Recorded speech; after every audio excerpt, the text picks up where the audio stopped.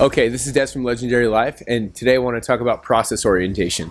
And so, it's really funny. If we think we're good at something, we think we can just dive back into it and automatically be great at it, which is really funny. So I go to the gym literally 5 to 6 days a week, every single day, right? And I guess when I was younger, I didn't really have to warm up, and I could just shoot into the gym, lift, be cool, no problem, not hurt myself. But as time has gone on, I definitely need to warm up now, and I definitely need to get my bearings back, right? So back before, I wouldn't ride the bike, I wouldn't do cardio, I wouldn't do light warm-up sets before I got in.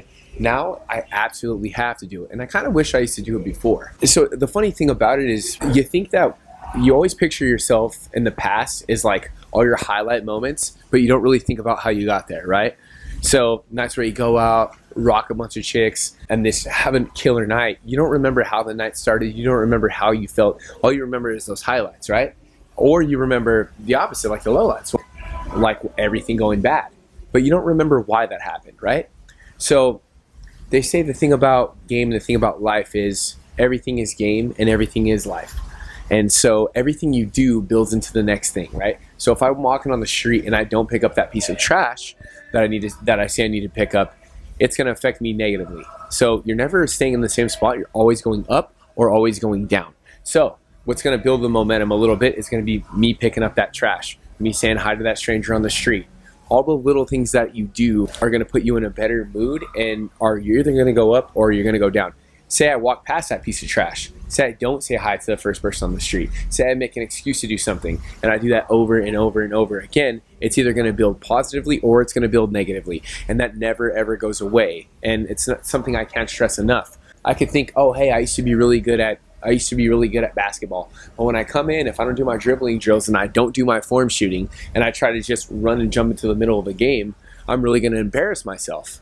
Because I remember one time somebody was like, hey, how many plates can you do on a leg press? And I was like, probably 7 or 8. And I didn't warm up or nothing, so I put 7 or 8 on there. The weights all fell on me, right? Duh. I didn't warm up. I can do plates at my max if I do 4, 5, 6, 7, and then 8. But if I try to throw on 8 when I haven't warmed up all day, then you're going to kill yourself. And I think that's a metaphor for life. Every step bleeds into the next step. It's kind of like your body's a kinetic chain. People might think I hurt my back or I hurt my neck, but everything bleeds into each other. It could have been a nagging ankle injury that made you favor one side on your leg that ran up into your back, right?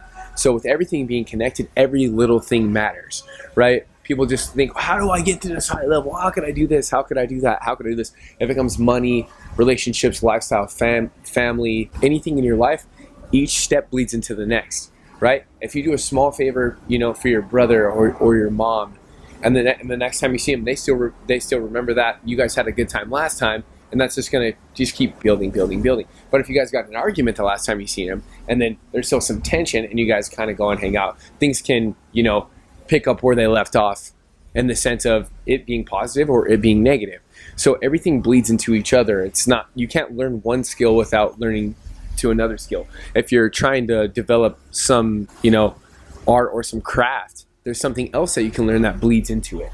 So life bleeds into each other. So that's why it's important to always take the correct steps in everything that we do, because no matter where you go, there you are. I have many of friends that all they do is complain, hey, this job sucks, this place sucks, this thing sucks, this thing sucks. You can present them with a perfect opportunity and they'll still mess that thing up. It's because wherever they go, that's where they are. They'll find a problem with it. You can give them the most perfect job, and they're going to find something wrong with it.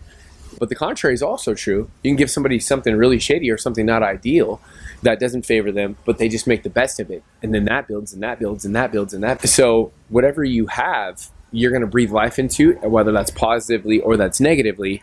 And that's how everything grows. Like I'm sure you've seen that study that, people are talking, they talk to the glass of water, right? And they freeze the water. One person says, I love you. And then the water goes healthy. Somebody says, I hate you. Or they say F you, F you, F you, F you, and the water goes sour. The thoughts and the ideas and everything is created, and it grows, and everything grows together. That's why, when it rains, it pours. When everything's going really bad, you can't stop getting your face kicked in. But then when you're in abundance, you're like, I have money coming here. I have a friend visiting me here. I have a trip planned here. Things are really going on the up and up because everything bleeds into each other. And if you're in a really good mood, if something crappy happens, you're probably like, brush it off, not even think about it, right? or the contrary is true as well. A bunch of really shitty things can be happening, and then one good thing happens, you're like, yeah, but you make an excuse for it, and then you keep focusing back on the negative. So the most important thing to know and to learn is that whatever you create and whatever you want it to be is what it'll be. And the last point I'm going to hammer here is, the other day I was in my room, and I was looking around my room, and I was like, every single thing I have in this room is something I bought because I liked it. So everything I have, I like, right? My iPad, I love it. My shirts, I handpicked each one of those shirts. Every time I went to go buy a shirt, there was 1,000 shirts in the store. I picked that shirt. I like that shirt, right? I'm like, man, I got my Drake shirt that I love. I got my Kobe shirt that I love. I have this really cool pair of shoes that I really loved and I really wanted, right? So everything that I had, everything that I created, everything I own was because I really liked it at one point.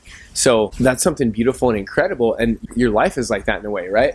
The car that I drive, I chose. The house that I live in, I chose. The people I tend to have in my life, I chose. So whether I have a good life or I have a bad life, I created everything in that life.